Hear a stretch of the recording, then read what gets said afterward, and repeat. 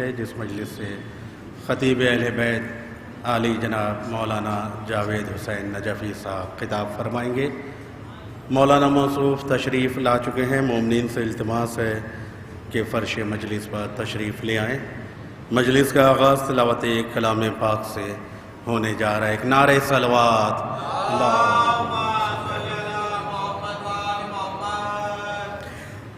اعوذ باللہ من الشیطان اللعین الرجیم،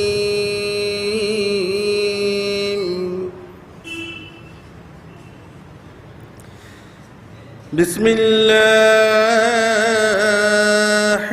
الرحمن الرحیم،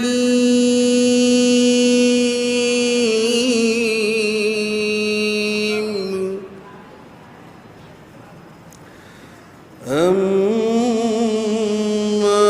يَتَسَاءَلُونَ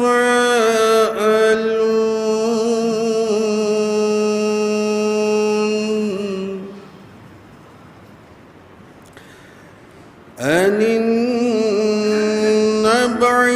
الْعَظِيمِ الَّذِي هُمْ فِيهِ مُخْتَلِفُونَ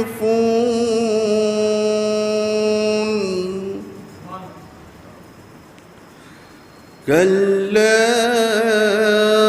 سَيَعْلَمُونَ ثُمَّ كَلَّا سَيَعْلَمُونَ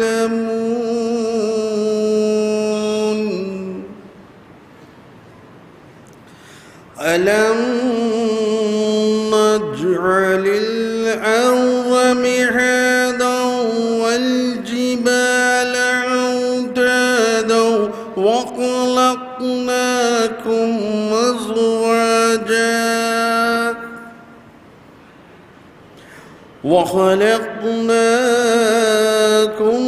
أزواجا وجعلنا نومكم سباتا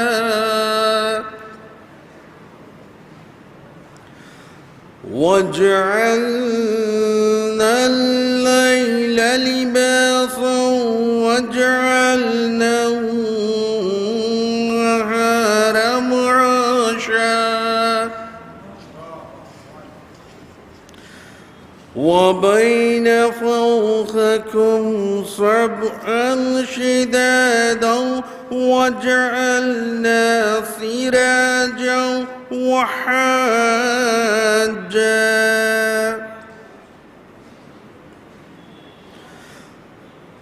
وبنينا فوقكم سبعا شدادا وجعلنا سراجا وحاجا وأنزلنا من المعصرات ماء ثجاجا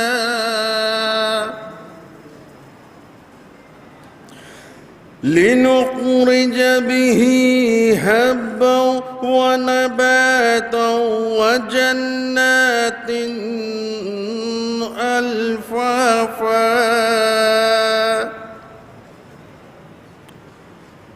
إن يوم الفصل كان ميقاتا يوم ينفخ في الصور فتأتون أفواجا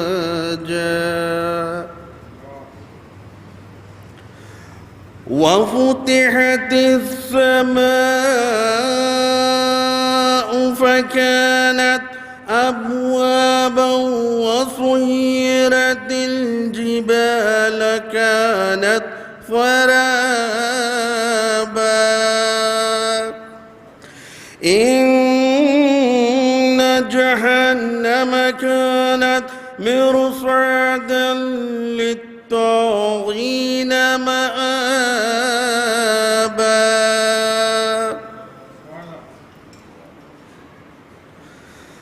للطاغين مآبا لابثين فيها أحقابا.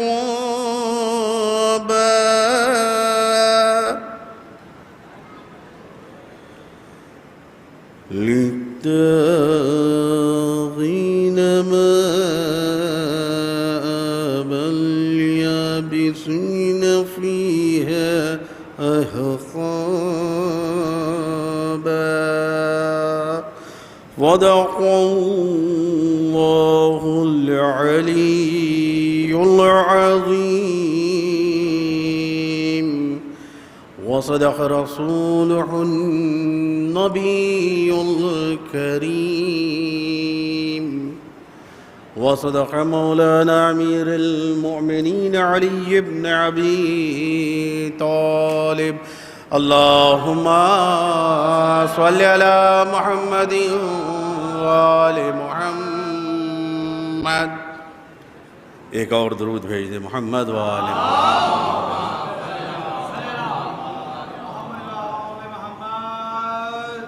ایک چار مصرے سماعت فرمائیں دیکھیں وہ درخواست کے میری آنکھوں کو غم شاہ کا دریا دے دے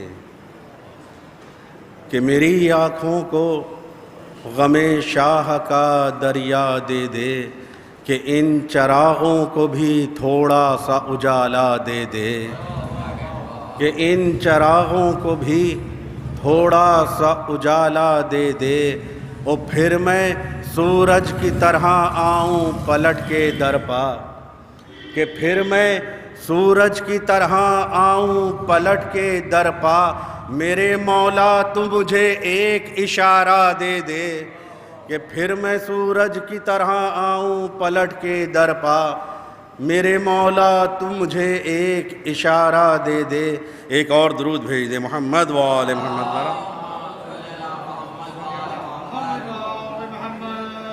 ایک چار مصرے اور سماعت فرمائیں. ایک اور بآواز بلند نعرہ صلوات.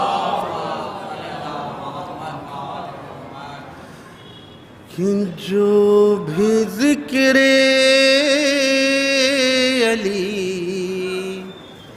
نہیں کرتے کہ جو بھی ذکر علی نہیں کرتے ارے قبر میں روشنی نہیں کرتے کہ قبر میں روشنی نہیں کرتے اور جن کے دل میں نہیں ہے عشق علی کہ ان سے ہم دوستی نہیں کرتے کہ جن کے دل میں نہیں ہے عشق علی کہ ان سے ہم دوستی نہیں کرتے. ایک اور درود بھیج دے محمد وآل محمد. بس آخری کلام میں ایک مطلب اور دو تین شعر کی ضرورت ہو. ایک اور بآواز بلند نعرہ صلوات. کرب و بلا کے بعد پھر ایسا نہیں ہوا کہ کرب و بلا کے بعد پھر ایسا نہیں ہوا کہ سر کٹ کے کوئی نیزے پا گویا نہیں ہوا کہ سر کٹ کے کوئی نیزے پا گویا نہیں ہوا وہ کھینچا ہوا جری کا جو خط پار کر سکے. دیں گے شعر بطور خاص. یہ کھینچا ہوا جری کا جو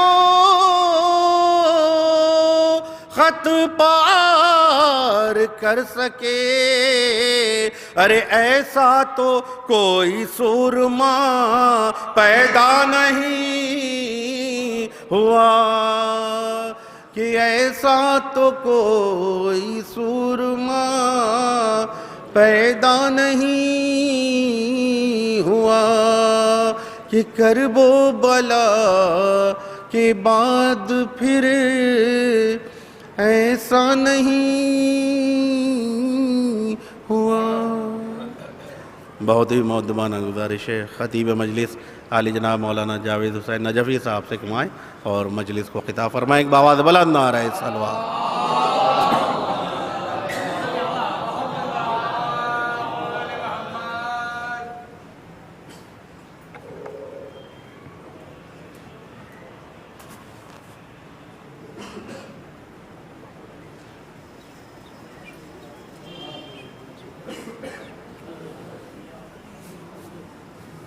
نعرے حیدری، نعرے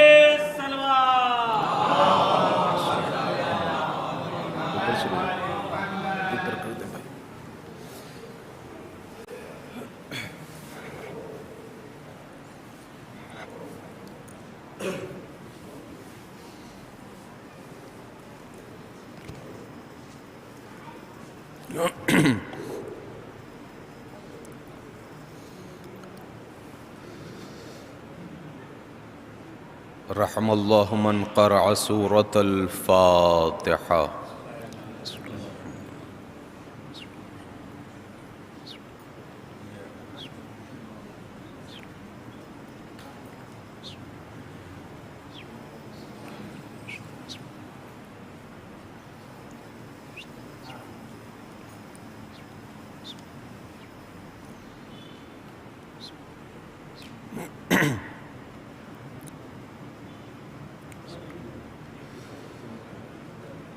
لا حول ولا قوة الا باللہ العلی العظیم۔ اعوذ باللہ من الشیطان اللعین الرجیم، بسم اللہ الرحمن الرحیم۔ الحمدللہ الذی ہدانا لہذا وما کننا لنہتدی لولا ان ہدانا اللہ۔ لقد جاءت رسل ربنا بالحق، ثم الصلاة والسلام والتحیۃ والاکرام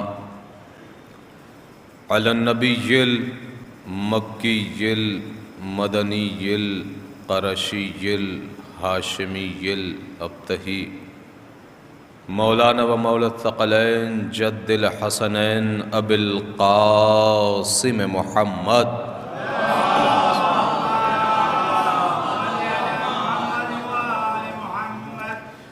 وآلہ الطیبین الطاہرین المعصومین المظلومین، ولعنۃ اللہ علی اعدائہم وغاصب حقوقہم ومنکر فضائلہم ومصائبہم وولایتہم وشجاعتہم وخلافتہم وطہارتہم۔ اما بعد، فقد قال اللہ تبارک و تعالی فی قرآن المجید وقولہ الحق۔ بسم اللہ الرحمن الرحیم۔ کل نفس ذائقۃ الموت۔ صلوات پڑھے محمد والے۔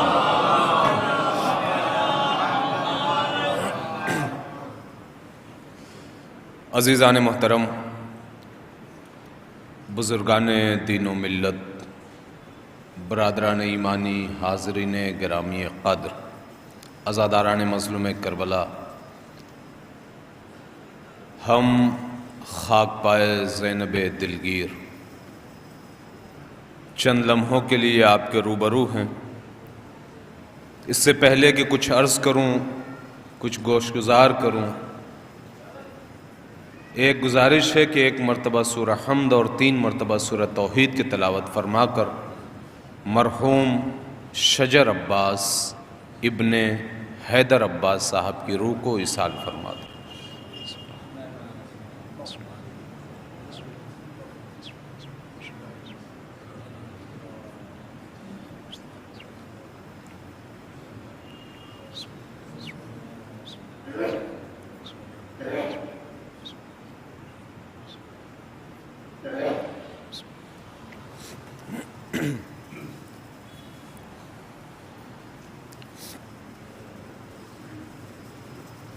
ایک بلند ترین صلوات پڑھیں محمد والے محمد پر۔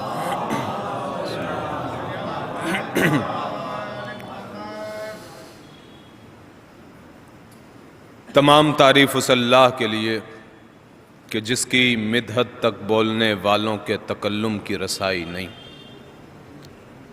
نہ اس کی نعمتوں کو گننے والے شمار کر سکتے ہیں،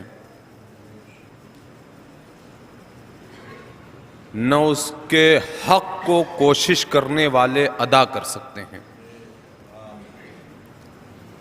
نہ ہمتوں کی بلندیاں اس کا ادراک کر سکتی ہیں، نہ ذہانتوں کی گہرائیاں اس کی تہ تک جا سکتی ہیں۔ اس کی صفت ذات کے لیے نہ کوئی معین حد ہے، نہ توصیفی کلمات ہیں، نہ مقررہ وقت ہے، نہ آخری مدت۔ اس نے پوری کائنات کو اپنی قدرت کاملہ سے خلق کیا اور پھر اپنی رحمت سے ہوائیں چلائیں اور زمین کی حرکت کو پہاڑوں کی میخوں سے سنبھال کر رکھا۔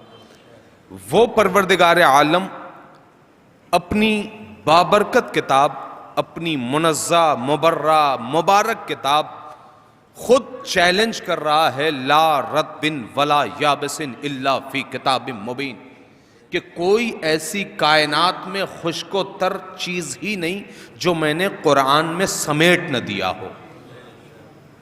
میں بہت دیر تک حائل نہیں رہوں گا، یقیناً ماہ مبارک رمضان کی وہ مقدس گھڑیاں ہیں جو بہت تیزی کے ساتھ گزر رہی ہیں، اور بہت سارے ایسے ہیں کہ جو رمضان جیسے جیسے گزرتا ہے ویسے ویسے ان کی کیفیت اور بڑھتی جاتی ہے، کیونکہ یہ مقدس مہینہ جب ہمارے درمیان سے گزرتا ہے تو گویا اس طریقے سے گزر رہا ہے جیسے پروردگار عالم کا ایک جو مبارک اور رحمت والا دروازہ تھا، اب وہ مہینہ بند ہونے جا رہا ہے، وہ دروازہ بند ہونے جا رہا ہے۔ لیکن جتنا بھی وقت ہے، جتنا بھی ٹائم ہے، جتنا بھی ہمارے پاس لمحہ ہے، وہ جتنا عبادت میں گزر جائے کم ہے، جتنا وہ ریاضت میں گزر جائے کم ہے، جتنا بھی تلاوت میں گزر جائے کم ہے۔ لہٰذا ہم اور آپ ماہ مبارک رمضان کی ان راتوں میں ہیں کہ جو رات بڑی مبارک رات ہے۔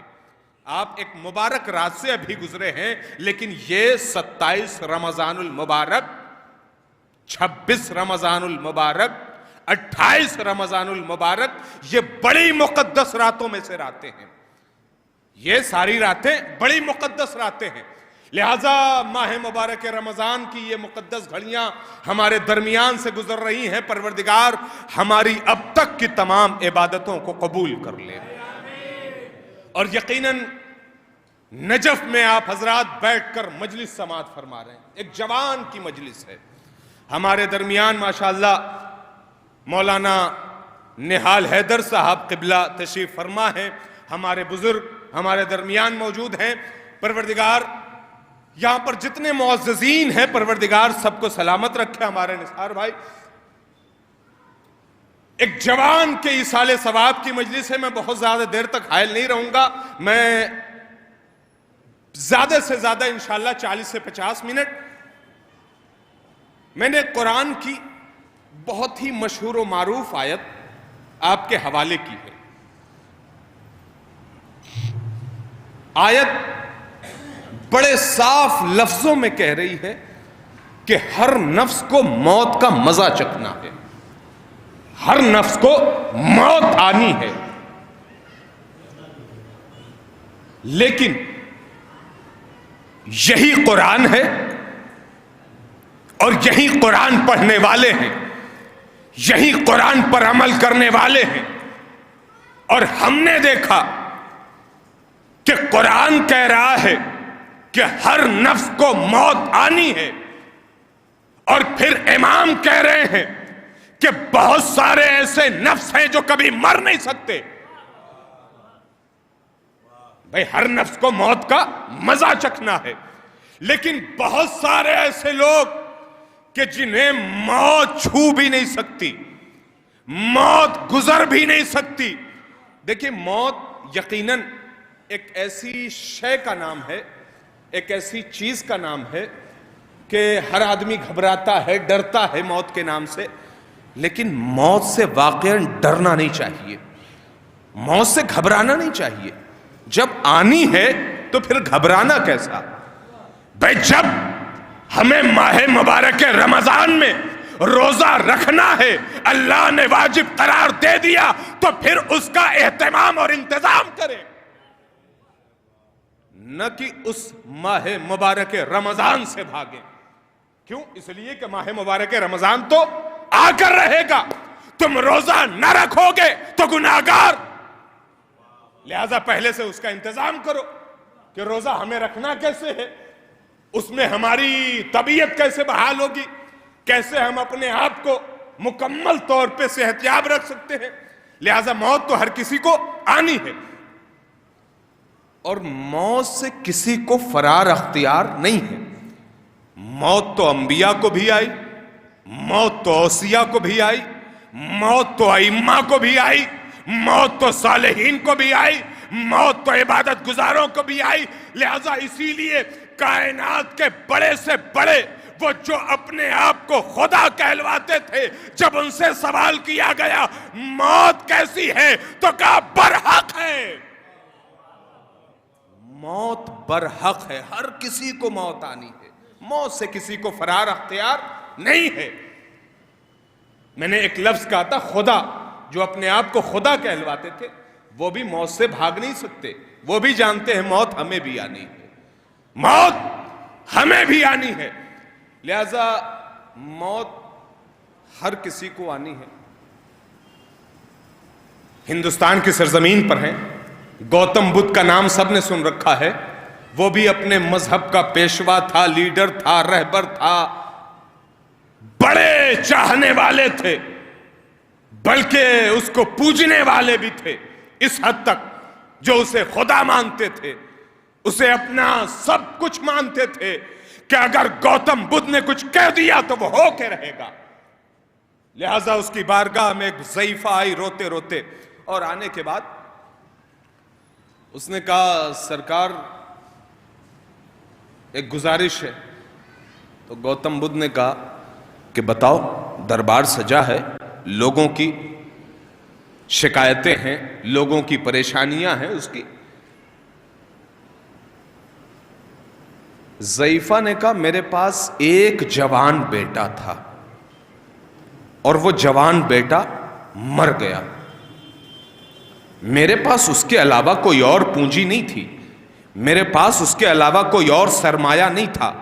یعنی میری زندگی کا مکمل سرمایہ تھا، یعنی سرمایہ حیات اگر کوئی تھا تو بس میرا ایک بیٹا جو جوان، اور وہ چلا گیا. چاہتی کیا ہو؟ اس ضعیفہ نے کہا کہ میرے بیٹے کو زندہ کر دو، میرے بیٹے کو زندہ کر دو. جیسے ہی سنا کہ میرے بیٹے کو زندہ کر دو، گوتم بدھ نے کہا کیا بات کر رہی ہو، وہ مر گیا، زندہ نہیں ہو سکتا. کہ بھائی تم تو خدا ہو، تم تو سب کی حاجتیں پوری کر رہے ہو، میرا ایک ہی بیٹا، میرا سارا سرمایہ تھا، میرے بیٹے کو زندہ کرو. ادھر اصرار بڑھا، ادھر انکار بڑھا، نہیں زندہ نہیں ہو سکتا، زندہ نہیں ہو سکتا. ضعیفہ نے رو کے اصرار کیا، اس نے چلا کے انکار کیا، میں زندہ نہیں کر سکتا.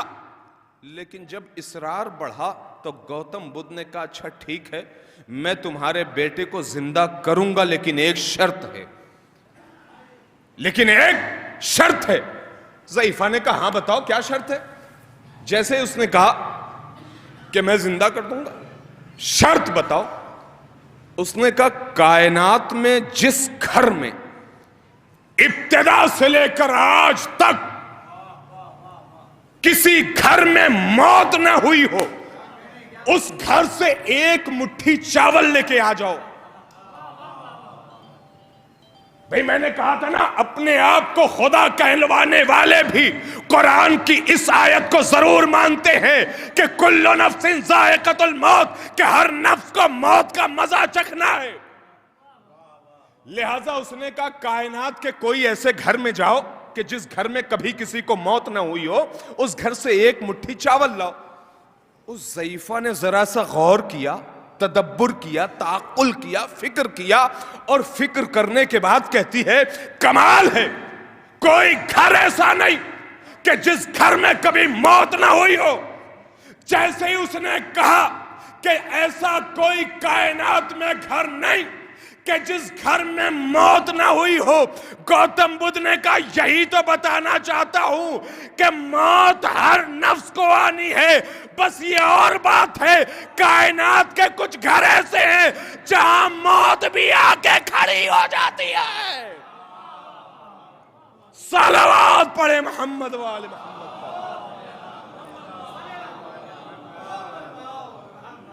وہ کائنات کے چنندہ دروازے ہیں کہ جس دروازے پہ موت بھی آ کر دستک دیتی ہے، دق الباب کرتی ہے۔ یقیناً موت ہم اور آپ کے درمیان مسلسل، السلام علیکم، ایک صلوات پڑھیں محمد والے محمد۔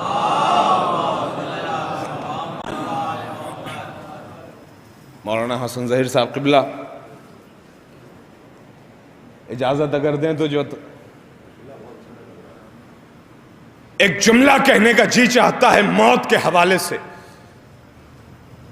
کہ آج جب میں نے نجف اشرف سے سرزمین ہندوستان پر قدم رکھا ایک عرصہ دراز کے بعد، تو میری بڑی تعداد میں افراد سے ملاقات ہوئی۔ میں نے کہا کربلا جائیے، کربلا جائیے، کربلا جائیے۔ پھر جب میں کاروان نور کے ساتھ مکے کی زیارت کے لیے گیا تو میں نے کہا عمرے پہ جائیے، میں نے کہا حج پہ جائیے۔ کہا کیوں؟ اس لیے کہ وہاں جا کر سارے کے سارے گناہ معاف ہو جاتے ہیں۔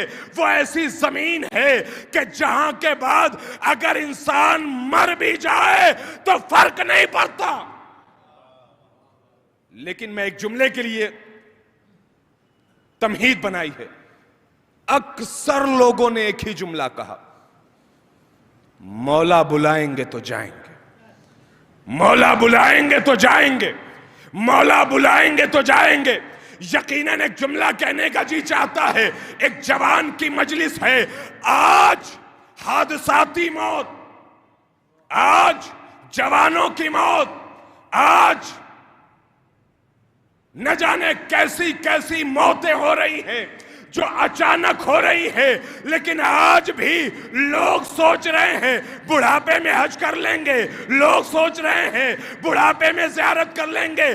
آج جوانوں سے قبرستان بھرتا جا رہا ہے اور لوگ اب بھی اسی خدشے میں ہیں کہ ہم بڑھاپے میں توبہ کر لیں گے۔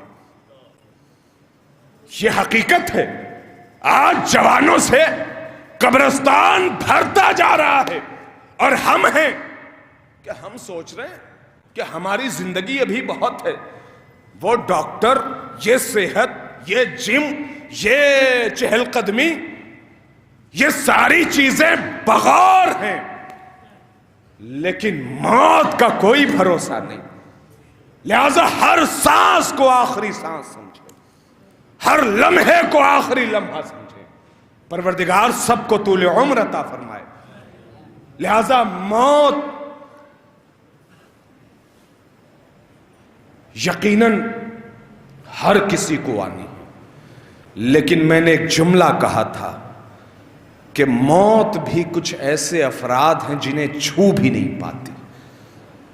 موت کسے آتی ہے اور کسے نہیں آتی۔ ہمارے ہم نام جناب جاوید صاحب، موت کسے آتی ہے اور کسے نہیں آتی؟ نہال بھائی، موت آتی ہے زر و مال کے بیماروں کو۔ اہل ادب کا مجمع ہے، موت کسے آتی ہے اور کسے نہیں آتی آپ محسوس کریں.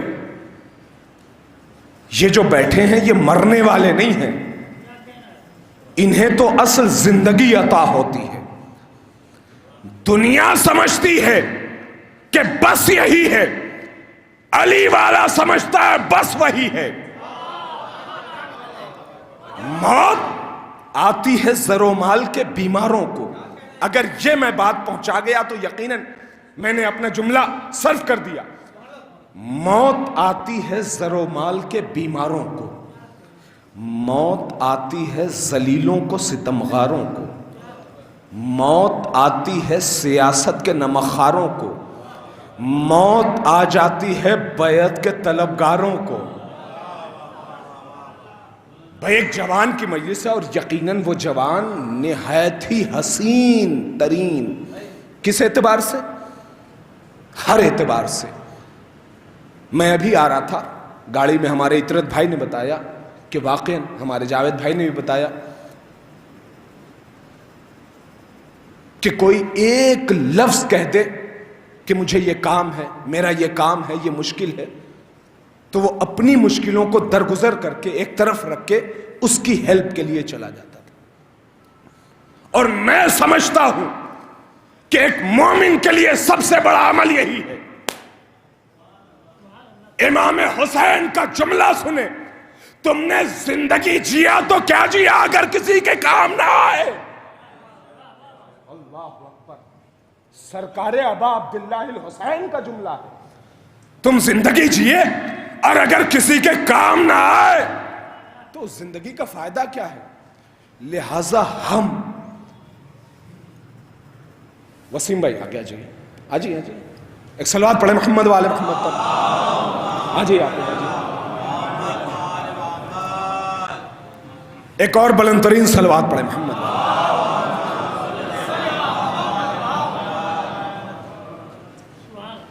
لہذا موت آتی ہے زر و مال کے بیماروں کو، موت آتی ہے سیاست کے نمخاروں کو، موت آ جاتی ہے بیعت کے طلبگاروں کو. ایسے شجر عباس کو موت نہیں آتی، موت آتی ہے ذلیلوں کو، ستمگاروں کو. موت آ جاتی ہے بیعت کے طلبگاروں کو. تو صاحب جذبہ بیدار نہیں مر سکتا، جسم کی موت سے کردار.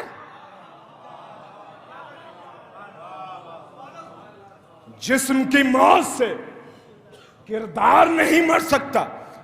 اور یہ کردار فرش عزا سے بنایا گیا ہے، یہ کردار مجلس حسین سے بنا ہے. یہ کردار مر پائے گا؟ یہ کردار زندہ رہتا ہے. اور یہ کردار تو وہاں سے ملا ہے کہ جہاں 13 برس کا قاسم بھی آواز دیتا ہوا نظر آتا ہے، الموت احلی من العسل. موت شہد سے زیادہ شیریں ہے، موت شہد سے زیادہ شیریں. لہذا واقعاً ہمارے جوانوں کی تعداد ہمارے سامنے ہے. میں ایک جملہ کہنا چاہوں گا اپنے ہمسن جوان بھائیوں سے کہ دنیا واقعاً اپنے عروج پہ ہے اس زندگی کے اعتبار سے. ہر زندگی میں دنیا اپنے عروج پہ ہوتی ہے. کل جو آئے گا ان کے اعتبار سے وہ عروج پہ ہوگی. ہمارے اعتبار سے آج اپنے عروج پہ ہے. اب جب دنیا عروج پہ ہے تو کیا علی نے کبھی کہا، مولا نے کبھی کہا کہ تم پست رہو؟ اگر دنیا عروج پہ ہے تو ہمیشہ علی نے کہا کہ میرا چاہنے والا ہمیشہ عروج پر ہے. جس بھی سوسائٹی میں ہو، جس بھی اعتبار سے زندگی گزار رہا ہو، جس بھی پروفیشن میں ہو، وہ اعلیٰ زندگی کا حقدار ہے. اسے چاہیے کہ وہ اپنا ایسا مقام بنائے، ایسا مرتبہ بنائے کہ دنیا دیکھ کر کہے واقعاً علی کا چاہنے والا.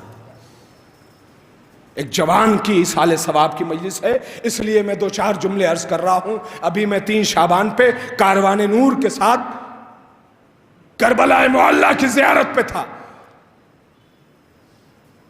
آیت اللہ شمیم الملت حفظہ اللہ جو سرزمین بنارس پر ہیں، آیت اللہ سید علی سیستانی حفظہ اللہ کے وکیل، انہوں نے اچانک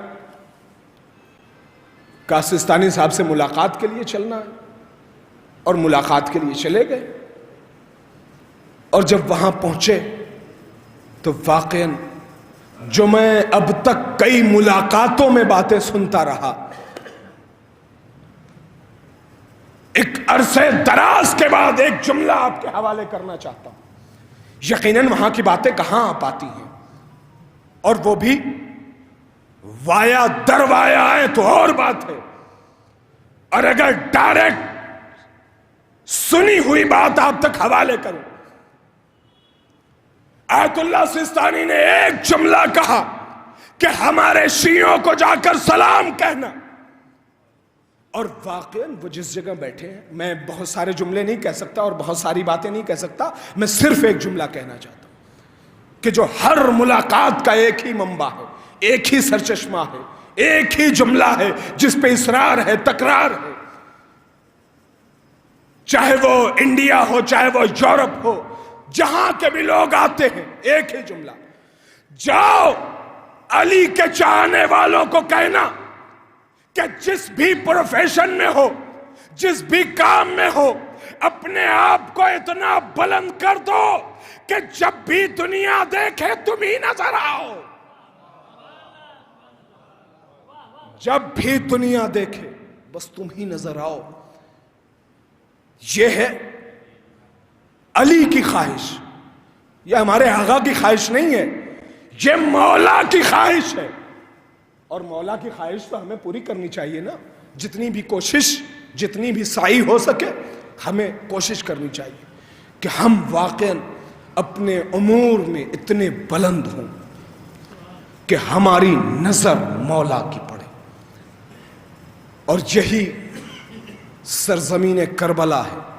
میں ایک جملہ نجف کے حوالے سے کہہ کے اور آخری بات آپ کے حوالے کروں گا کہ آج دنیا بڑی تیزی سے جس انداز سے ترقی کرتی جا رہی ہے، اسی تیزی کے ساتھ لوگوں کے عقیدے بھی ترقی کر رہے ہیں، عقیدے کی بھی ترقی ہو رہی ہے۔ بھئی عقیدہ تو ایک ہی ہے نا، علی مولا، علی حق، اس کے علاوہ بھی کوئی عقیدہ ہے؟ عقیدہ تو یہی ہے نا کہ علی حق ہے، علی مولا ہے، علی آقا ہے، علی رہبر ہے، علی ریڈر ہے۔ لیکن نہیں، ترقی ہو رہی ہے، اور وہ ترقی کیسے ہو رہی ہے؟ آپ یورپ جائیں، وہاں پہ کچھ جوانوں کے نام مل جائیں گے، علی رب، کسی کے نام حسین رب، کسی کے نام ایسے ایسے نام کہ جو آپ سوچ بھی نہیں سکتے کیا یہ نام۔ اور یہ تو خیر باہر کی بات ہے، لیکن بہرحال یہاں کے لوگ بھی باہر جا رہے ہیں، یہاں کے لوگ بھی وہاں ہیں، اس سے کوئی گریز نہیں ہے۔ لیکن میں وہاں کی بات چھوڑتے ہوئے انڈیا کی بات کروں تو بس ایک جملہ آپ کے حوالے کر دوں کہ یہی ایک جگہ تھی جہاں میں عشرہ پڑھنے گیا، تو ایک نے کہا کہ مولانا یہی وہ شخص ہے کہ جو لوگوں کو 10,000 روپے دیتا ہے اور کہتا ہے کہ علی کو اللہ کہو 10,000 روپے دوں گا۔ مطلب سنی سنائی ہوتی تو شاید کہیں جھوٹ ہوتا۔ لہذا جب میں نے سفر کرنا شروع کیا، میں اپنے جوانوں کو خاص طور پہ بزرگوں سے معذرت چاہتا ہوں، بزرگوں نے جو عقیدہ اپنے جوانوں میں بھر دیا اسی عقیدے پہ برقرار رہو، ورنہ آج دنیا تمہارے عقیدے پر کھلواڑ کرنا چاہتی ہے، تمہارے عقیدے سے بھٹکانا چاہتی ہے۔ دنیا کا پورا اصول ہے کہ انہیں کس طریقے سے ان کے عقیدے سے ہٹایا جائے، کس طریقے سے انہیں مرجعیت سے دور کیا جائے، کس طریقے سے انہیں آزاداری سے دور کیا جائے۔ لہذا جو ان بزرگوں نے تمہیں عقیدہ دے دیا اسی پہ برقرار رہنا. یہ عقیدے میں ترقی نہ آئے. یہ جو عقیدے میں ترقی آ رہی بڑی تیزی سے، بھائی جو سمجھ رہے بہت سارے لوگوں کے لیے مولانا یہ کیا لے کے بیٹھ گئے. نہیں، جس طریقے سے 15 سال پہلے نہ کسی کے ذہن میں اخباریت تھی، نہ کسی کے ذہن میں ملنگیت تھی، بالکل ویسے ہی یہ جگہ پیشن گوئی کرنے کی نہیں ہے. میں تو ایک ادنا سا طالب علم ہوں. یہ جگہ کوئی پیشن گوئی کرنے کی نہیں، لیکن ایسے ہی 15 سال بعد آپ کے سامنے علی اللہ سامنے ہوگا. یہ جو علی اللہ کا نعرہ ہے 10-15 سال بعد خود سب کے سامنے نظر آئے گا. اور ابھی بھی سامنے آ رہا ہے. یہ اور بات ہے کہ لوگ مصروف ہیں اور اچھی بات ہے، ان خرافات کو دیکھنے کی ضرورت بھی نہیں. لہذا ہمارے جوانوں کو خصوصاً اس سے بچنا چاہیے. کسی بزرگ نے ہم سے کہا کہ اس پہ گفتگو کرنا چاہیے. کیوں؟ اس لیے کہ جوانوں کو آج جاب چاہیے، کام چاہیے، ورک چاہیے. اب وہ جب باہر نکل رہا ہے تو وہ کام تو مل رہا ہے لیکن ذہن کو بھی لے رہا ہے. وہ ذہن کو لے رہا ہے اور پھر وہ ذہن کو مسموم کیا جا رہا ہے. میں کربلا میں تھا، وسیم بھائی وہاں ڈونیشن آفس ہے، ہمارے اظہار بھائی بیٹھے ہیں ماشاءاللہ. اظہار بھائی کے ساتھ ہمارا کئی بار جانا ہوا کربلا معلیٰ کے تمام اطراف کی زیارتوں میں. تو کربلا کے حرم کے اندر ایک ڈونیشن آفس ہے. میں ایک جملہ کہوں گا، بات تمام کر رہا ہوں.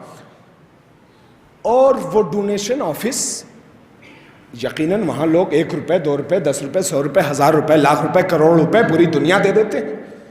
بلکہ وہاں پیسوں کی کیا بات، وہاں تو جان دیتے ہیں. ان آنکھوں نے وہاں پہ جان دیتے ہوئے دیکھا ہے، ان آنکھوں نے وہاں پہ قربانیاں دیتے ہوئے دیکھا ہے. لہذا لوگ دیتے ہیں اور بے انتہا دیتے ہیں. وہاں جتنا بھی دے دیا جائے کم ہے. میں اتفاق سے گیا ہوا تو ڈونیشن آفس، عربی میں اسے نزورات کہتے ہیں، ایک کارنر پر ہے، وہیں پہ میوزیم کا دروازہ بھی ہے. بہرحال پروردگار ہم سب کو کربلائے معلیٰ کی زیارت نصیب فرمائے. اپنی زندگی کو مختصر نہ سمجھنا. میرے جوان بہت سارے اس خدشے میں، کیا کریں؟ آئیے ابو ذر بھائی، ہمارے جوان بہت سارے اس خدشے میں کہ زندگی بڑی چھوٹی ہے، بس یہ کر لیتے ہیں ختم، یہ کر لیتے ہیں ختم، یہ کر لیتے ہیں ختم. نہیں عزیزو، زندگی چھوٹی نہیں ہوتی. اللہ نے کوئی چیز ناقص نہیں پیدا کی ہے. بہت بڑا جملہ ہے. اللہ نے کوئی چیز ناقص نہیں بنائی ہے. تو پھر اپنی زندگی کو مختصر نہ سمجھو، بلکہ اللہ نے زندگی مکمل دی ہے. یہ اور بات ہے کہ ہم جب تک زندگی کو ذرا سا سمجھنے کی کوشش کرتے ہیں موت کا وقت آ جاتا ہے. لہذا بہت دیر ہو جاتی ہے سمجھنے میں. ضرورت ہے کہ جیسے ہی تمہارے ذہن مکمل ہو، اپنے امور کو، اپنے پیکج کو، اپنی سوسائٹی کو دیکھو کہ ہمیں کرنا کیا ہے، ہمارا ہدف کیا ہے، ہمارا مقصد کیا ہے. بہرحال ڈونیشن آفس گیا اور جانے کے بعد جو بھی وہاں امور تھے کام ہوا. اتفاق سے فون آیا، ابو ذر بھائی فون آیا. میں نے فون موبائل اٹھایا اور بات کیا. بات کرنے کے بعد رکھ دیا. 3 افراد میرے پیچھے کھڑے تھے اور وہ بغور میری آواز کو سن رہے تھے. فون رکھتے ہی وہ آئے اور آنے کے بعد کہا مولانا کیا آپ کی اردو بڑی اچھی ہے. یہ اس کا جملہ کہہ رہا ہوں، استغفر اللہ، ہے وہ نہیں. مولانا اردو تو بڑی اچھی، کیا آپ لکھنؤ سے ہیں؟ میں نے کہا نہیں، لکھنؤ سے تو نہیں ہوں، لیکن ہاں لکھنؤ میں تعلیم ضرور حاصل کی ہے۔ اب جیسے ہی لکھنؤ کا نام آنا تھا، لکھنؤ کا نام آنا تھا، وہ تینوں کے تینوں سامنے آئے اور آنے کے بعد کہا اچھا آپ لکھنؤ میں تعلیم حاصل کی؟ میں نے کہا جی۔ کیا تعریف ہے لکھنؤ کی، قسم خدا کی، یہ تعریف سنانا نہیں میرا مقصد ہے، ممبر پہ بیٹھا ہوں۔ مولانا لکھنؤ میں پڑھا؟ میں نے جی۔ کیا لکھنؤ کی عظمت؟ میں نے کہا جی الحمدللہ۔ کیا علماء لکھنؤ کے؟ میں نے کہا بے شک۔ کیا مرکز ہے عزاداری کا؟ میں نے کہا جی۔ کیا علماء کا مرکز؟ میں نے کہا بے شک۔ کیا بڑے بڑے عزا خانے؟ میں نے کہا بے شک۔ میں ایک جملہ بھی اپنی طرف سے نہیں کہوں گا۔ کیا حوزات علمیہ؟ میں نے کہا بے شک بہت بڑے بڑے حوزے ہیں۔ اور وہ تعریف پہ تعریف کرتے گئے۔ میرے جوانوں متوجہ رہنا، اب جو جملہ آ رہا ہے وہ آپ کے حوالے کرنے جا رہا ہوں۔ تعریف کرتا رہا میں، جی جی جی جی جی کرتا رہا۔ اچانک ایک جوان کہنے لگا مولانا جب اتنا بڑا لکھنؤ اور اتنے بڑے بڑے جلوس، اتنے عزادار، تو پھر وہاں تو علی اللہ کے نعرے لگتے ہوں گے۔ اب یہ اچانک والی بات تھی، آدمی کرے تو کیا کرے بھائی؟ ابھی تک کتنی تعریفیں تھی نا؟ کیا کہا؟ ہاں ابھی تک کیا تھا؟ اب ظاہر سی بات ہے کوئی اتنی لمبی چوڑی تعریف کرے، مولانا آپ بڑے اچھے ہیں، مولانا آپ کا ٹور بڑا اچھا ہے، کاروان نور بڑا اچھا، کربلا کی زیارت بڑی اچھی، یہ اچھا وہ اچھا، ساری چیزیں اچھی، اور اچانک اس کے برعکس کوئی بات آ جائے تو وہ تو فوراً ذہن منتشر ہو جائے گا، جواب کیا دے؟ کربلا، حرم امام حسین، اور جیسے ہی لکھنؤ یہ، لکھنؤ وہ، لکھنؤ کی یہ تعریف، لکھنؤ کے علماء ایسے، لکھنؤ کے خطبہ ایسے، لکھنؤ کے مرکز ایسے، لکھنؤ کے جلوس ایسے، الحمدللہ الحمدللہ جی جی کرتے، اچانک کیا کہا؟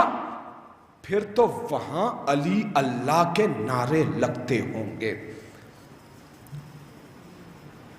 آپ نے جملہ سن لیا، کتنا بڑا جملہ آپ کے لیے کہہ ڈالا۔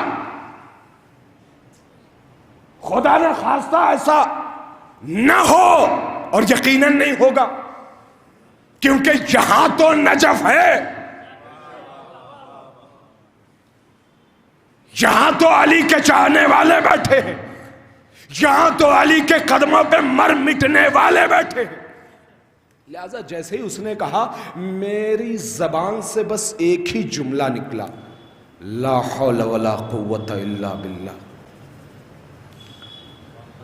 ہماری زبان سے اب برجستہ وہ اچانک اتنا خطرناک جو ذہن میں بھی نہ ہو کہ ایسا بھی سوال ہو سکتا ہے۔ بھئی اتنا سب کچھ علماء کی تعریف، حوضے کی تعریف، اور وہاں پہ علی اللہ کے نعرے برجستہ، لا حول ولا قوت الا باللہ زبان سے ادا ہونا تھا۔ اب آپ کو تو پتہ ہی ہے کہ لا حول جہاں پڑھا جاتا ہے بھاگتا کون ہے؟ بھائی مبارک رمضان ہے، بھائی جیسے ہی لا حول پڑھا وہ بھاگنا شروع ہوئے۔ میں نے بتایا تھا 3 لوگ تھے، میں نے بتایا تھا کہ وہ 3 لوگ تھے، اور جیسے ہی لا حول پڑھا تینوں جانے لگے، تینوں جانے لگے، لیکن جو ایک تھا وہ ذرا ٹھہرا، اور وہ اب مجھ سے کچھ گفتگو کرنا چاہتا ہے، لیکن ابھی کوئی بات نہیں کی، چاہتا ہے کہ بات کرے۔ جی مولانا، اتنے میں دوسرے نے اس کا ہاتھ پکڑا، چلو چلو۔ پیچھے جو تیسرا تھا اس نے دوسرے کا ہاتھ پکڑا، چلو چلو۔ اب تک مجھ سے اتنا مرعوب تھے کہ لکھنؤ میں رہتا ہوں، اتنا مرعوب تھے کہ لکھنؤ میں تعلیم حاصل کی ہے، لیکن جیسے ہی لا حول ولا سنا وہ تینوں بھاگنے لگے۔ ایک رکا تو اس کو پکڑ کر کھینچنے لگے، چلو چلو چلو۔ جب اصرار کیا اور کہنے لگے چلو، تو تیسرے نے کہا بھائی مجھے بات تو کرنے دو. بھائی جلدی کیا ہے, بات ہی تو کر رہے ہیں, بات کرنے دو, کیا مشکل ہے. لیکن وہ دونوں مانے نہیں, وہ دونوں زیادہ بڑے تھے, وہ دونوں مانے نہیں. اب جملہ آپ کے حوالے. ہاتھ کو پکڑا اور کھینچتے ہوئے ایک جملہ کہا چلو چلو.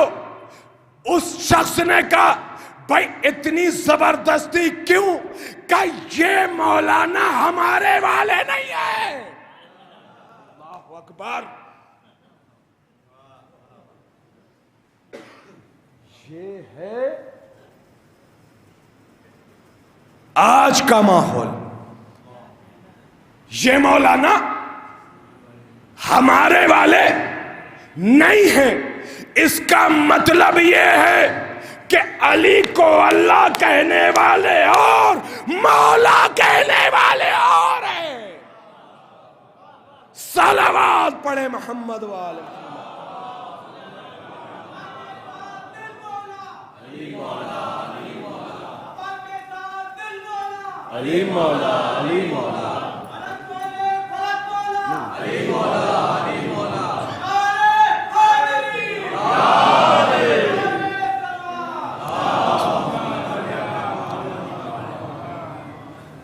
یہ مولانا ہمارے والے نہیں. تو بھائی اگر تمہارے مولانا الگ ہیں تو پھر مولا بھی الگ بنا لو نا, کیونکہ یہ مولانا تو اسی مولا سے ملحق ہیں. اسی مولا کے ہاں جا کے اپنی جبین عقیدت کو ملتے ہیں, جہاں پر بڑے بڑے بادشاہوں نے اپنی جبین عقیدت کو ملا ہے تو بادشاہت عطا ہوئی ہے. اس علی کے حوالے سے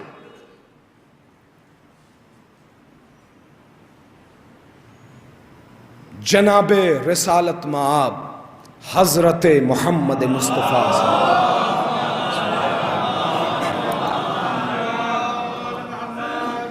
بزم سجی ہے.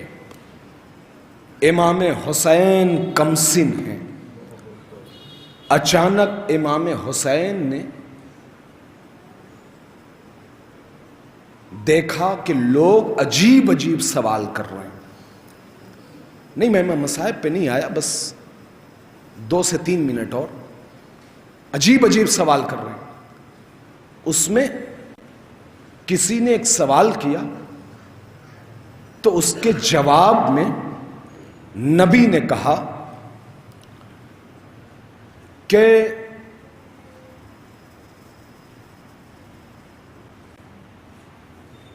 پہلا, دوسرا, تیسرا. دیکھیے ابھی میں نے کچھ دیر پہلے, باہر کی نیوز ذرا زیادہ دیکھتا ہوں, قطر کے بہت بڑے اہل سنت عالم نے, جس کا شمار 500 بڑے مسلمانوں میں سے ہوتا ہے, اس نے کل ابھی اپنا اسٹیٹمنٹ دیا کہ کمال ہے مسلمانوں, شرم آتی ہے تمہارے امور پر کہ تم نے ہمیں مایوس کر دیا اپنے کاموں سے. پوری دنیا کے مسلمانوں کو اس نے چیلنج کیا تھا اور آواز دی تھی. کوئی ایسا ویسا نہیں ہے کہ ایسے ہی کسی نے بول دیا اور کوڈ ہو گیا, نہیں. عربی میں پورے میڈل ایسٹ میں اس کلپ کی چرچا ہو رہی ہے, اور ظاہر ہے اب اردو میں بھی اس کا ٹرانسلیشن کچھ لوگوں نے کر دیا. کمال کی بات کہی کہ تمام دنیا کے مسلمان جو آج گھٹنے ٹیکے بیٹھے ہیں, اس نے کہا کہ مایوس کن ہے, لیکن ان مسلمانوں نے کمال کہا کہ ان مسلمانوں میں فقط ایک شیعہ ہیں جو ڈٹے ہیں. اس نے پہلے مسلمانوں کو کہا, پھر اس میں سے استثناء کیا ہے, اس میں سے استثناء کیا. پہلے پوری کائنات کا مسلمان کہ ہم مایوس ہیں تمہارے کام سے, کہ تم کیا کر رہے ہو، لیکن ان مسلمانوں میں ایک شیعہ ہے جو واقعاً ڈٹا ہوا ہے۔ تو شیعوں کی تو ماشاءاللہ غیر تعریف کرتا ہوا نظر آتا ہے، ہر مقام پہ آج ہو رہی ہے۔ ابھی اس سے پہلے بحرین کے ایک اہل سنت عالم دین نے شیعت کو قبول بھی کیا اور پھر اعلان بھی کیا کہ اگر واقعاً کوئی مذہب حق ہے تو جناب سیدہ کا مذہب ہے۔ تو یہ دنیا سمجھتی جا رہی ہے، پہچانتی جا رہی ہے اور در علی پر آتی جا رہی ہے۔ ماشاءاللہ آپ تو رہتے ہی نجف میں ہیں، اور جب دنیا کے لوگ نجف پہنچتے ہیں اور وہاں جا کر ایک جملہ کہتے ہیں کہ آؤ یہی در حق ہے، یہ سب دیکھی ہوئی باتیں واقعا الحمدللہ شکر ہے پروردگار کا۔ لہذا میں ان مسلمانوں کی خدمت میں ایک جملہ کہوں گا اور ربط مسائل، کہ لوگوں نے بہت سارے سوال کیے، میں اس کو مخفف کر کے، ہلکا کر کے، مختصر کر کے بیان کر رہا ہوں۔ نبی نے کہا پہلا، دوسرا، تیسرا جو مسلمانوں کے لیڈر ہیں، پہلا دل کے مانند ہے، دوسرا زبان کے مانند ہے، اور تیسرا آنکھ کے مانند ہے۔ نبی نے کہا ہے، نبی نے کہا کہ پہلا دل کے مانند ہے۔ جملہ بہت بڑا ہے، پڑھی ہوئی روایتیں ہیں اس لیے دھڑلے سے پڑھ سکتا ہوں۔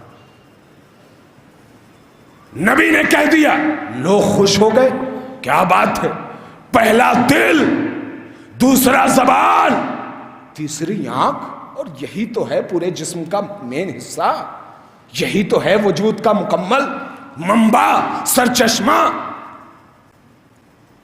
دوسرے دن امام حسین جو کہ کمسن تھے، بس ویسے ہی سجی ہے، لوگ وہی ہیں۔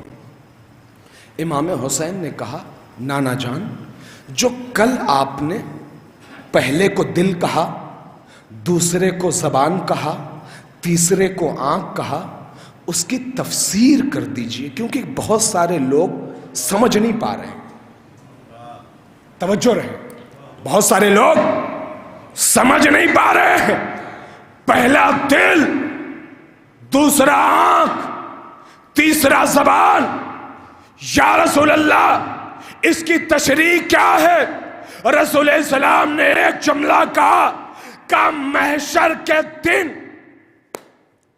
یوم محشر، ان تینوں سے سوال کیا جائے گا۔ لوگوں نے کہا یا رسول اللہ کیسا سوال؟ کہا ولایت علی کا سوال۔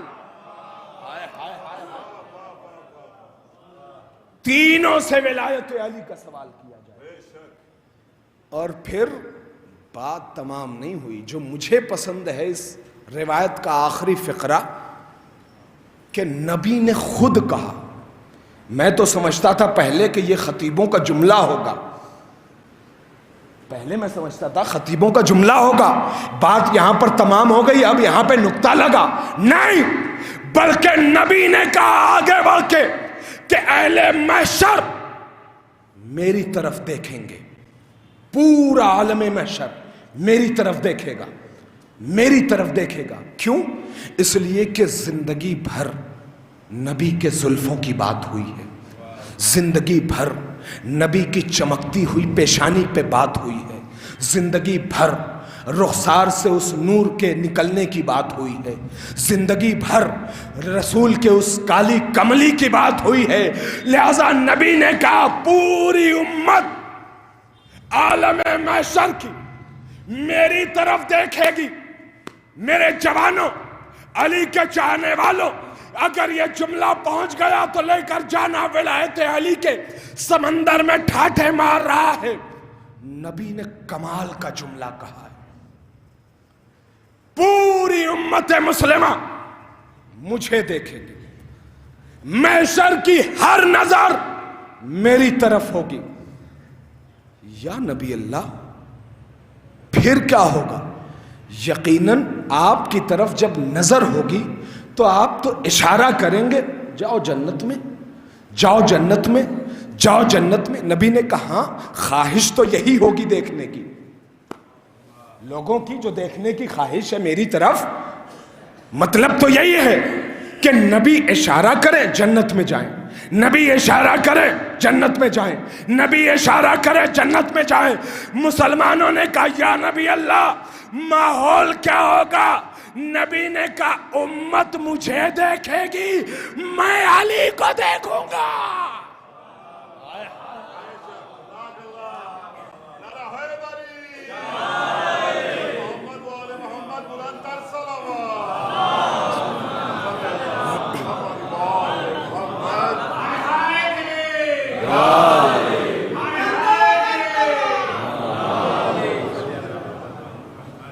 امت مجھے دیکھے گی اور میں علی کو دیکھوں گا. اور جب نبی علی کو دیکھیں گے تو اس کا مطلب یہ ہے کہ جو اشارہ علی کریں گے امت اس طرف جائے گی. علی کا اشارہ ہوگا. اور بلکہ آخری اور ماحصل گفتگو کر کے بات کو تمام کر دوں کہ میرا پانچواں امام امام محمد باقر علیہ السلام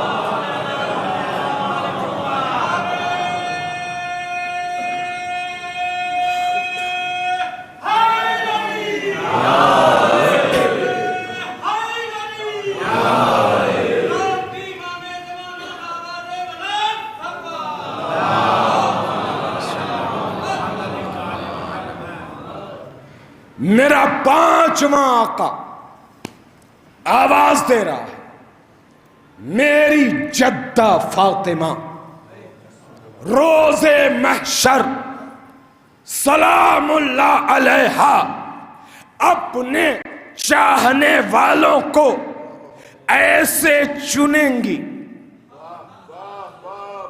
میری جدہ، میری اماں، میری سیدہ فاطمہ محشر سے اپنے چاہنے والوں کو ایسے چنیں گی جیسے پرندے خراب دانوں میں سے اچھے دانے چنتا ہے. ایسے ہماری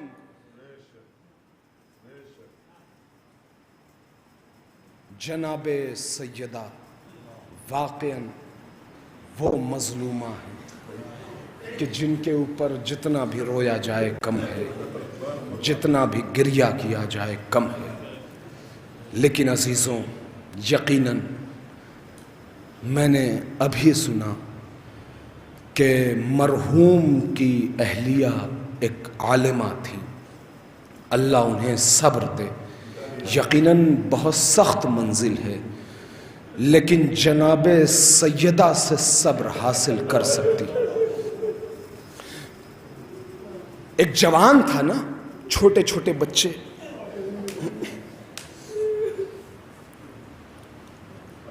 بس اگر میری بہن اپنے کو علی کی جگہ رکھ لے کہ ادھر جناب سیدہ گئے حسنین چھوٹے چھوٹے،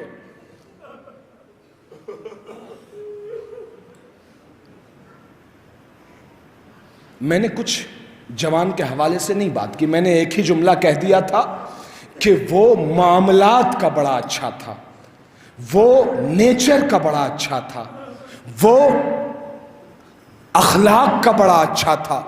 اور ایک مومن کے لیے اس سے بڑی بات کوئی نہیں ہے. اگر دل میں علی ہو، اخلاق بلند ہو، نبی کہتے ہیں یہی مومن ہے. لہذا مجھے اس جوان کے بارے میں کچھ کہنے کی ضرورت نہیں جو بڑھ بڑھ کے لوگوں کی ہیلپ کیا کرتا تھا، بڑھ بڑھ کے لوگوں کی مدد کیا کرتا تھا. زندگی اور کیا ہے، کربلا نے یہی تو سکھایا ہے. عزیزوں دل چاہتا ہے اس جوان کی مجلس میں ایک جوان کا تذکرہ ہو جائے. میری ایک ہی ملاقات تھی اس جوان سے، اس مرحوم سے، لیکن جو شرافت، جو اخلاق تھا، یقیناً جناب علی اکبر سے وہ ضرور حاصل تھا. مجلس و ماتم میں آگے آگے رہنے والا، عزاداری میں پیش پیش رہنے والا جوان جب اس دنیا سے جاتا ہے عزاداروں، تو ایک جملہ کہوں جو امام کے لیے وقت نکالتا ہے، قبر میں امام اسے وقت دیتے ہیں. امام حسین اسے وقت دیتے ہیں، امام آتے ہیں قبر میں. یہی جناب علی اکبر کہ عزیزوں کیا خوبصورت جناب علی اکبر، کیا حسین و جمیل جناب علی اکبر. روایتیں کہتی ہیں کہ جب مدینے میں نکلا کرتے تھے تو بھیڑ لگ جایا کرتی تھی. پتہ ہے کیوں؟ اس لیے کہ اتنا حسین پورے مدینے میں کوئی نہ تھا. اور اگر اس علی اکبر کو برچھی کی آنی لگے اور وہ بھی باپ کی آنکھوں کے سامنے، اللہ اکبر. عزیزوں سسک سسک کے نہ رونا، میں بہت دیر مصائب پڑھنے کا عادی نہیں، بس چند جملے مصائب پڑھوں گا. عزیزوں میں کوئی روایت نہیں پڑھتا، بس 2 منٹ مصائب کے جملے سن لو. جناب علی اکبر جب امام حسین سے کہتے ہیں بابا ہمیں اجازت دے دیجئے، بابا ہمیں مرنے کی اجازت دے دیجئے. اکیلے تنہا جناب علی اکبر ہیں کہ جن سے امام حسین نے کہا جاؤ اپنی بہنوں اور پھپھیوں سے ملاقات کر لو. مولا نے کسی سے یہ نہیں کہا کہ جاؤ خصوصاً ملاقات کر لو. جناب علی اکبر سے کہا اس لیے کہ جناب زینب نے پالا. کڑیل جوان کو جناب زینب نے پالا تھا. ہاں عزیزوں آواز گریہ بلند ہے. یہی مجلس کا محصل اس مرحوم کے ایصال ثواب کے لیے ہے.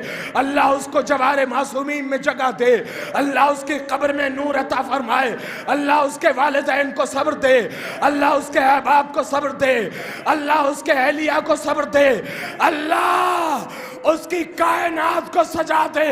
ہاں عزیزوں جناب علی اکبر کا تذکرہ سن رہے ہو. جناب علی اکبر کو جب حسین نے رخصت کیا، ایک جملہ تاریخ کا بڑا دردناک ہے.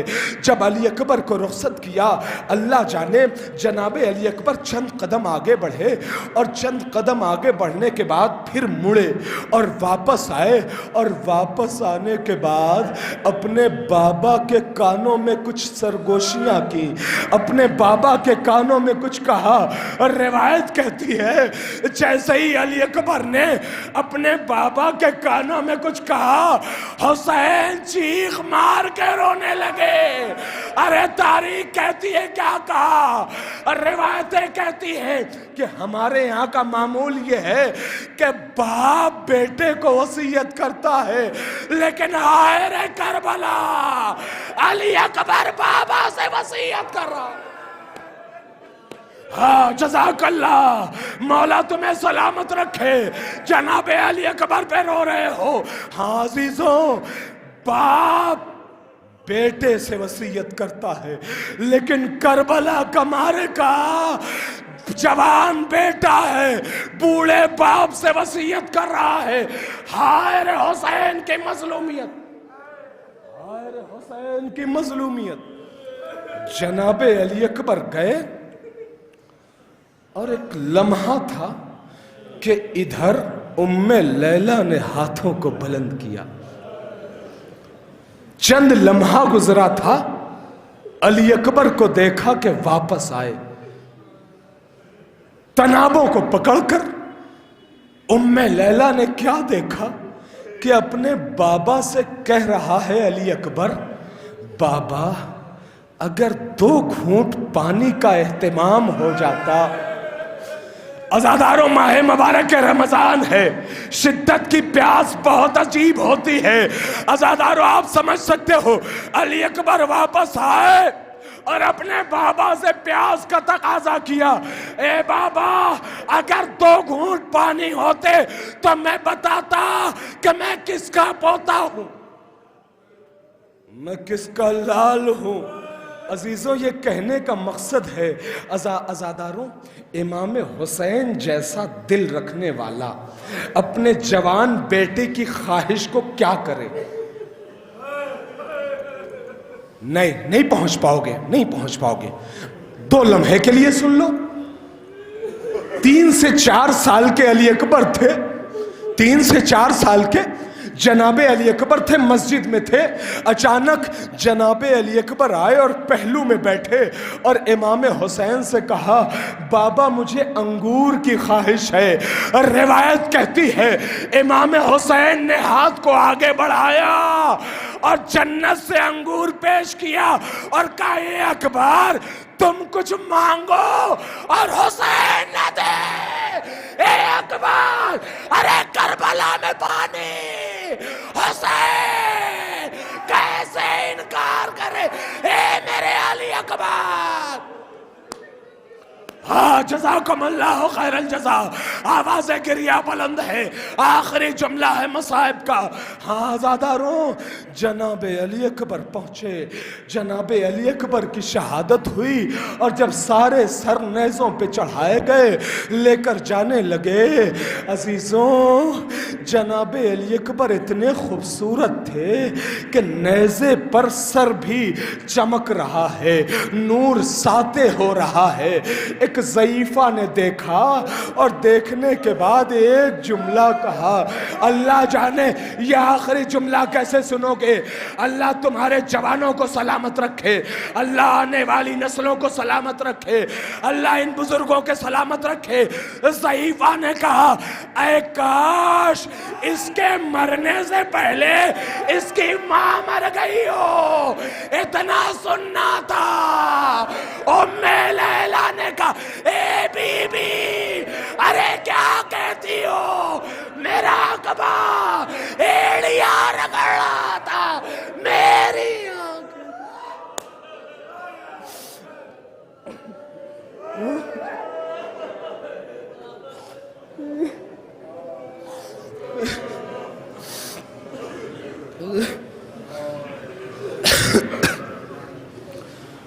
بارلہا بحق زہرا و ابیہا و بعلہا و بنیہا، پروردگار تجھے واسطہ ان برستی ہوئی آنکھوں کا، تجھے واسطہ ان بہتے ہوئے آنسوؤں کا، پروردگار تجھے واسطہ ہے ان غم حسین میں مرجھائے چہروں کا، پروردگار تجھے واسطہ ہے جناب علی اکبر کے چھدے ہوئے سینے کا، پروردگار تجھے واسطہ ہے جناب سیدہ کا، تجھے واسطہ ہے پہلو شکستہ جناب سیدہ کا۔ آپ بیت الحزن میں بیٹھے ہیں نا، بس آخری ماہ مبارک رمضان میں دعا کر لیجئے، ہم جناب سیدہ کے توسل سے دعا کرتے، پروردگار مرحوم شجر عباس کی قبر میں نور عطا فرما، اسے بلند مقام عطا فرما، اس کے تمام لواحقین کو صبر عطا فرما، پروردگار یہاں پر جتنے جوان ہیں ان سب کو ترقی عطا فرما، ان سب کو کامیابی عطا فرما، ہمارے بزرگوں کو طول عمر عطا فرما، پروردگار ہمارے بچوں کو زیادہ سے زیادہ علم عطا فرما، پروردگار ہمارے جتنے بھی یہاں پر موجود ہیں چاہنے والے امام کے، پروردگار ان سب کی توفیقات خیر میں اضافہ فرما، پروردگار سب کے کاروبار میں ترقی عطا فرما۔ ماہ مبارک رمضان، شب جمعہ، بیت الحزن، درگاہ، مولائے کائنات، امیر کائنات کی بارگاہ، پروردگارہ ان تمام حلقوں کے صدقے میں، اس فرش عزا کے صدقے میں نہیں، اس مومنوں کے صدقے میں، اس مومنوں کے دلوں میں بسنے والے علی کے صدقے میں، پروردگار ان سب کو کامیاب فرما، ان سب کو طول عمر عطا فرما، پروردگار ہم سب کو صوم و صلات کا پابند بنا دے. پروردگار تمام مراجع عظام کی حفاظت فرما. پروردگار تمام مقامات مقدسہ کی حفاظت فرما. پروردگار ہم سب کو کربلا کی زیارت نصیب فرما. پروردگار ہمارے امام کے ظہور میں تعجیل فرما. جب امام کا ظہور ہو تو ان کے حقیقی ناصر مددگاروں میں شمار فرما. ربنا تقبل منا انک انت السمیع العلیم برحمتک یا ارحم الراحمین. ایک مرتبہ سورہ حمد اور 3 مرتبہ سورہ توحید کی تلاوت فرما کر شجر عباس ابن حیدر عباس کی روح کو شاد کر دیں.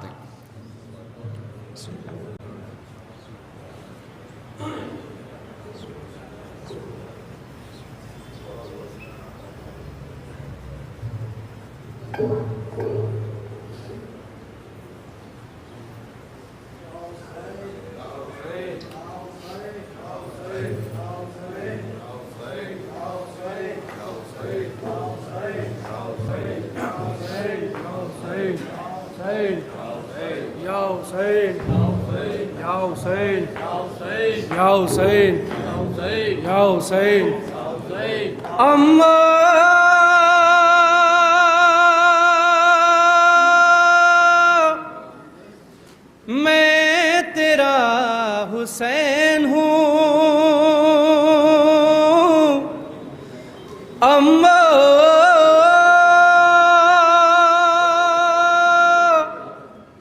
میں تیرا حسین ہوں،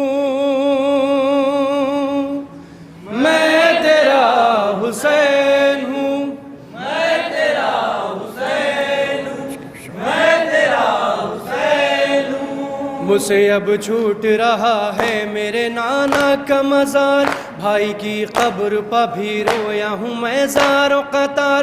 تیری تربت پہ ہوں اب دل کو نہیں میرے قرار، تربت پہ ہوں اب دل کو نہیں میرے قرار. اماں میں تیرا حسین ہوں، اماں میں تیرا حسین ہوں، میں تیرا حسین ہوں، میں تیرا حسین ہوں، میں تیرا حسین ہوں. تیرا موتی جو ابھی چھوڑ صدف جاتا ہے، باپ سے ملنے کو کب سوئے نجف جاتا ہے. قافلہ میرا مصیبت کی طرف جاتا ہے، میرا مصیبت کی طرف جاتا ہے. اماں میں تیرا حسین ہوں، اماں میں تیرا حسین ہوں، میں تیرا حسین ہوں، میں تیرا حسین ہوں، میں تیرا حسین ہوں. کربلا جا کے بھی غم سہتے رہے پیاسے حسین، رنج و آلام میں یوں رہتے رہے پیاسے حسین. لاش اٹھاتے رہے اور کہتے رہے پیاسے حسین،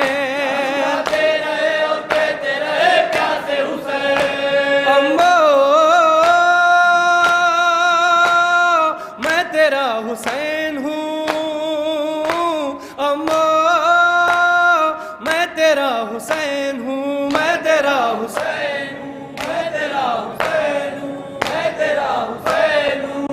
آج مقتل میں اٹھاتا رہا دن بھر لاشیں، دشت سے خیمے میں لاتا رہا دن بھر لاشیں، روکے زینب کو گناتا رہا دن بھر لاشیں، زینب کو گناتا رہا دن بھر لاشیں. میں تیرا حسین ہوں، اماں میں تیرا حسین ہوں، میں تیرا حسین ہوں، میں تیرا حسین ہوں، میں تیرا حسین ہوں. چکیاں پیس کے محنت سے تھا پالا مجھ کو، ظلم کے گھوڑوں نے ٹاپوں سے ہے روندا مجھ کو. قتل کے بعد بھی آدھا نے ہے لوٹا مجھ کو،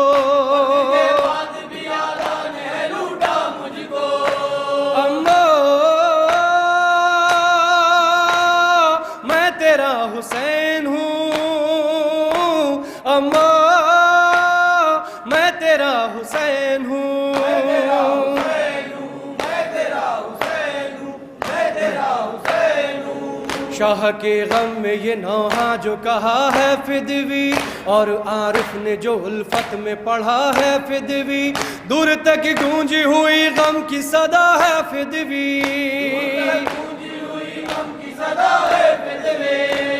اماں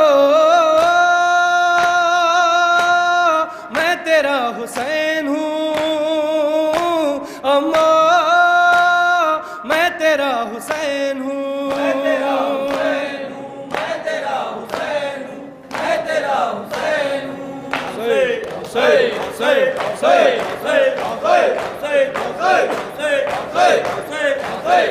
السلام علیکم یا ابا عبداللہ، السلام علیکم یا ابن رسول اللہ، السلام علیکم والا جدک و ابیک، السلام علیکم والا امک و عقیق، السلام علیکم جملہ شہیدان کربلا و اسیران کربلا ورحمۃ اللہ وبرکاتہ۔